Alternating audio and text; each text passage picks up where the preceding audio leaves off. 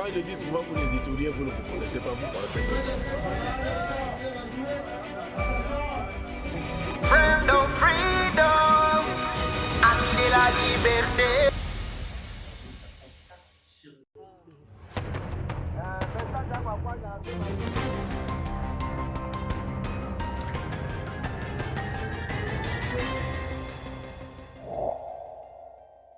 Mesdames, mesdemoiselles et messieurs, bonsoir chez vous. Vous écoutez la 93.5 MHz. Nous sommes la radio communautaire Main Télé, votre édition des journaux de ce samedi 3 mai 2025.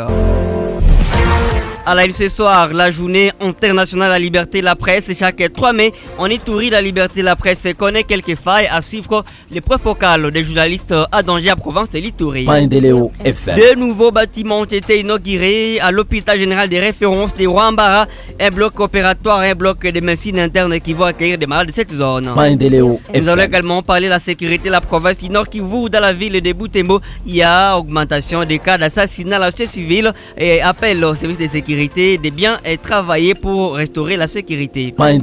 Et voilà les 3 titres qui sont à la ligne de votre édition du journal. Le détail vous arrive ici et maintenant. Jassi Rumba Taïla pour la prise de son et la mise en onde. Sissilema les youtubeurs pour la réalisation vidéo. Ne zappez pas donc. Ce journal vous est présenté par Joseph Muhindo Tissouti. Nous l'avons annoncé au sommaire de votre édition du journal. Mesdames, mesdemoiselles et messieurs, l'insécurité dans la province de l'Ituri a touché les métiers des journalistes.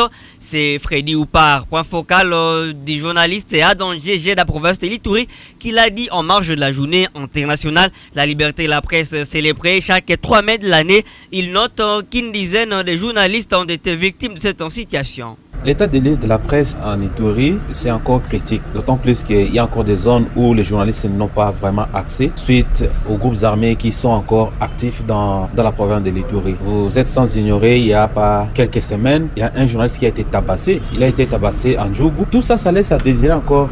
Ça fait que le travail que les journalistes font encore en Ituri reste encore à désirer, d'autant plus qu'ils sont confrontés aux problèmes sécuritaires. Mais en soi, quand même, les journalistes qui sont dans la ville ici, ils travaillent avec les moyens des bords, mais ceux qui sont à l'intérieur, ou sont les gens qui sont à Bounia, qui veulent aller chercher l'information à l'intérieur de la province, sont bités à ces problèmes de l'insécurité.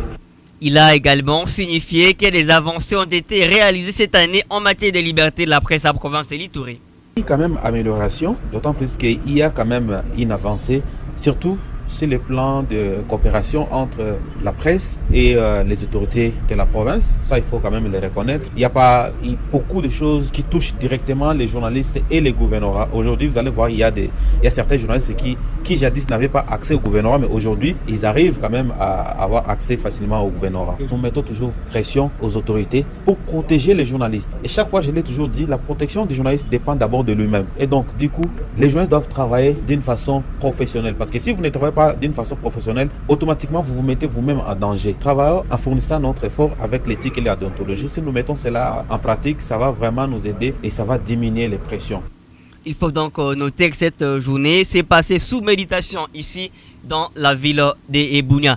Et depuis plusieurs semaines, nous observons dans la ville de Bunia la hausse des prix des petits bétails, autrefois négociés entre 140 et 150 dollars américains.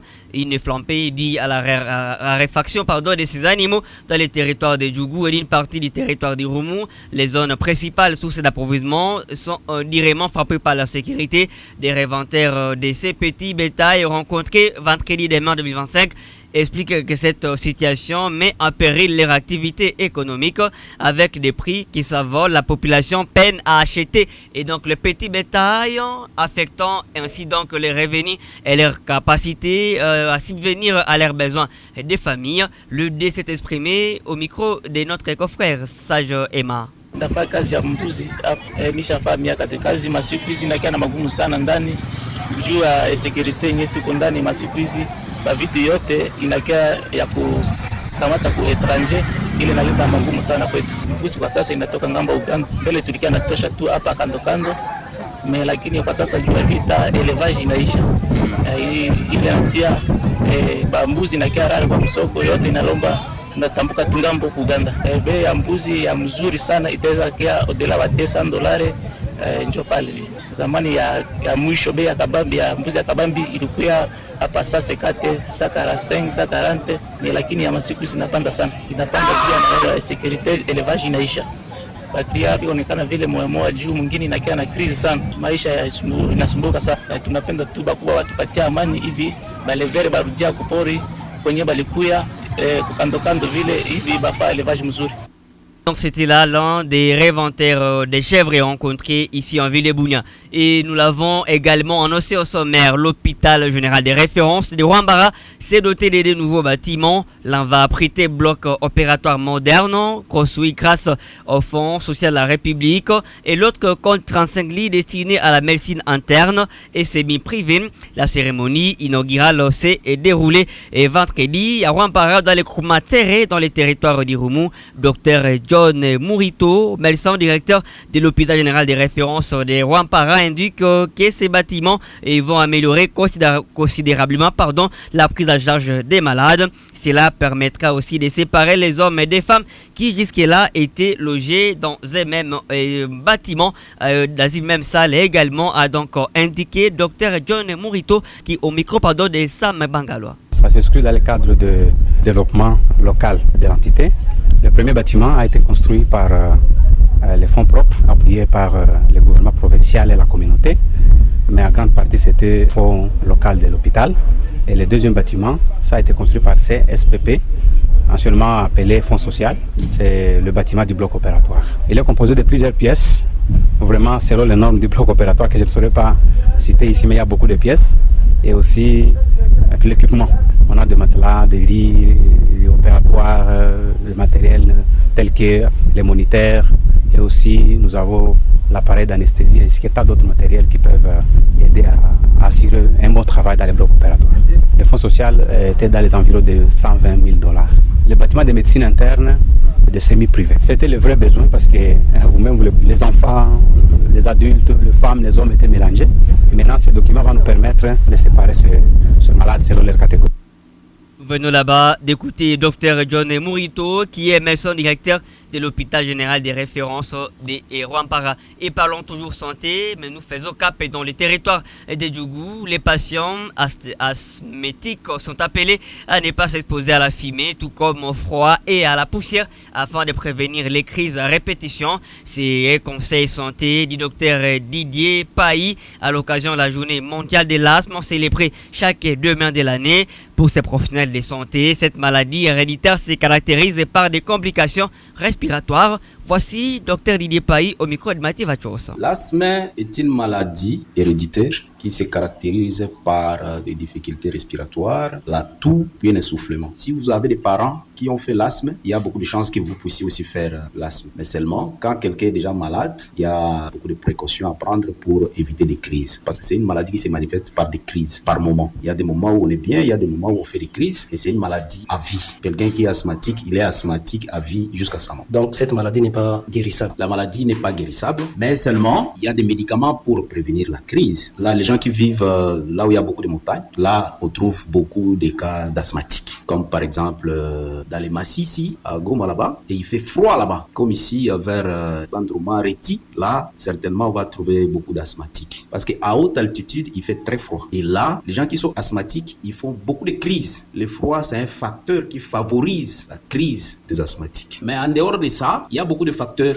qui font que la personne asthmatique puisse faire des crises. Il y a par exemple l'exposition à la fumée. Quand on est en train de brûler les champs, des choses comme ça, cette fumée-là est nocive pour les asthmatiques. Il y a même la fumée des cigarettes. Ce n'est pas bon pour les asthmatiques. Il y a la poussière. Parce que l'asthme, c'est une maladie allergique. Donc, les bronches vont faire une allergie à la présence des corps étrangers. Par exemple, la poussière. Il y a même l'odeur de parfums qui sont piquants. Ça peut faire en sorte que la personne là puisse faire des crises. Donc, quand quelqu'un est asthmatique, il est censé connaître tout ça et veiller à éviter d'être exposé à tous ces facteurs que j'ai dit là. Nous faisons cap dans la province du Nord Kivu, ça sera après une courte pause sonore. RCM FM, ligne éditoriale, la promotion de la paix pour le développement. www.mandelaobunia.net. Radio communautaire Mandela ou les top des médias, les informations en ligne. Et nous faisons cap dans la ville de Béni où l'amour, l'unité, prière et l'évangélisation ACAUP en collaboration avec l'aumônerie protestante et militaire Homopro de la ville de Béni organise une grande campagne d'évangélisation et de sensibilisation en soutien aux nouvelles récrits du centre des formations militaires de Nialeke du 1er au 17 mai 2025. Cette formation a été livrée par l'évangéliste Kambale Fataki qui note que les églises doivent s'engager pour la paix et la sécurité à l'est de la RDC. Les églises doivent également jouer un rôle crucial en appui au gouvernement pour renforcer son engagement dans la restauration de la paix et de la sécurité dans la région de l'Est de la RDC. Et face aux défis sécuritaires persistants, la paix passe également pour l'engagement citoyen. C'est ce qui donc a indiqué cet évangéliste que je propose d'écouter ici au micro de votre radio. Nous travaillons dans l'évangélisation, nous travaillons avec l'aumônerie protestante et militaire. C'est pour cela que nous sommes ici avec le révérend colonel Ernest, qui est le aumônier secteur. Nous sommes venus à Ben, nous avons une campagne d'évangélisation et sensibilisation pour soutenir les recrues qui sont à Nialeke et sensibiliser nos jeunes, des filles et des garçons et les maïmaï qui sont dans la ville et dans le territoire pour qu'ils viennent pour aller dans le camp de Nialeke pour aller être formés militairement. En premier lieu, nous visons que nous puissions revenir à l'Éternel. Notre message clé, ça se trouve dans 2 Chroniques 7:14. Si on se confie à l'Éternel et nous abandonnons nos péchés, l'Éternel aussi dit qu'il va guérir notre pays. Et nous vous prenons Sankose Mouvissois depuis la ville de Butembo. Vous nous dites que la société civile et forces vives de Butembo s'insurgent contre des actes criminels ces derniers temps dans cette ville. Cette résurgence de sécurité est caractérisée par des tueries, des cambriolages et des découvertes des corps sans souffler de vie. Le révérend pasteur Matissa Anani, président de cette structure citoyenne, exhorte les autorités judiciaires à diligenter des enquêtes afin de dénicher les criminels. Sankose Mouvissois, j'allais bien souligner que nous vous prenons depuis la ville de Butembo. Dans son speech, le révérend pasteur Matissa Anani a indiqué que sa structure s'est dit très préoccupée par la recrudescence des actes criminels qui caractérisent la ville ces derniers temps. Il a déclaré que les 2 dernières semaines ont été émaillées par les cas d'assassinat, de cambriolage, des découvertes macabres de corps sans souffle de vie et plusieurs autres violences urbaines. Le révérend pasteur Matissa Anani s'est dit consterné par la récente attaque criminelle qui a ciblé Madame Anwarite Kavira Kalima, secrétaire générale adjointe en charge de l'administration et finances en sein de l'association Kiaranda Asbel Ohouma Bobaïra samedi dernier. La ville de Butembo fait face à une vague alarmante de criminalité marquée par des cas d'assassinat, de cambriolage, de violences urbaines. Il sied de souligner que ces 2 dernières semaines, la ville est caractérisée par la prolifération des corps sans vie découverts au quotidien. Le cas le plus récent est particulièrement choquant et l'assassinat brutal de Madame Anwarite Kavira Kelly, secrétaire générale adjointe en charge de l'administration et des finances au sein de l'association culturelle Kiaranda Ira. Cette situation installe un sentiment de peur au sein de la population et remet en question l'efficacité des dispositifs sécuritaires en place et interpelle toutes les autorités compétentes sur l'urgence d'agir. Le numéro 1 de cette structure citoyenne a poursuivi que la situation sécuritaire précaire que traverse la ville de Butembo fait preuve de l'inefficacité des mesures sécuritaires. En outre, le révérend pasteur Matissa Anani exhorte les services judiciaires à diligenter les enquêtes afin de dénicher les auteurs de cet acte incivique. Appelle les autorités judiciaires compétentes, en particulier l'auditeur militaire des garnisons de Butembo et le procureur de la République près le parquet des grandes instances de Butembo, à jouer pleinement leur rôle en recherchant activement les auteurs de crimes au lieu d'attendre que le dossier soit déposé dans leur bureau. Il est temps que la justice se montre proactive, travaillant de concert avec les services de sécurité pour identifier, arrêter et traduire les criminels en justice pour qu'ils subissent la rigueur de la loi. Et à la population de dénoncer tout mouvement suspect. Butembo, Sankose Mouvissois Radio communautaire Maendeleo Bunia. Et pour terminer, parlons politique et justice. Poursuite judiciaire contre les sénateurs à vie. Joseph Kabila Kabanké par la justice congolaise. Maître Achille Kapanga, avocat au barreau de Kinshasa, note que ce processus devrait intervenir après la levée des immunités parlementaires à l'encontre de l'ancien président de la République démocratique du Congo par les deux chambres du Parlement réunies à Concret. Ces notables de Béni estiment que le ministre de la Justice a abordé l'angle le plus court. Voici Maître Achille Kapanga. Les lois de la République sont au-dessus de tout le monde. La question qui se pose est celle-ci. Quand on veut engager les poursuites judiciaires contre M. Joseph Kabila, ici on a pris l'angle du sénateur à vie. Donc là, il faut que les immunités parlementaires lui soient ôtées. Mais s'il s'agissait de la question de poursuite par rapport à sa qualité d'ancien chef de l'État, là, il fallait que les deux chambres se réunissent à congrès pour en décider. Alors, comme on a choisi un angle, je pense que la question sera maintenant à la portée des décideurs pour voir si c'est faisable dans ce sens-là. Puisque aborder la question dans l'angle d'ancien sénateur, c'est un angle qui est légal, comme l'angle d'ancien chef de l'État l'est aussi. Donc là, je pense que M. Moutamba a choisi l'angle le plus court, puisque si le Sénat parvient à lever les immunités, là, il sera poursuivi comme sénateur. Et là, maintenant, on attend les démarches, à quoi elles vont aboutir. Mais sinon, j'ai toujours encouragé que les anciens chefs de l'État du monde ont toujours prouvé comment il faut se comporter. Donc, chez nous, comme c'était la première expérience, il ne fallait pas que ça donne déjà cette allure, cette image-là, parce que c'est déjà un mauvais début par rapport à l'avenir politique de notre pays. Puisque un ancien chef de l'État, à principe, c'était grand conseiller et dignitaire. Alors, si les faits pour lesquels on veut les poursuivre sont fondés, je me réserve, je pense que c'est la justice qui saura quoi faire. Maître Achille Kapanga, avocat au barreau de Kinshasa. Et c'est avec cet élément sonore que nous bouclons votre édition du journal. Vous nous avez suivis avec beaucoup d'attention. Merci à vous toutes et à vous tous, fidèles auditrices auditeurs.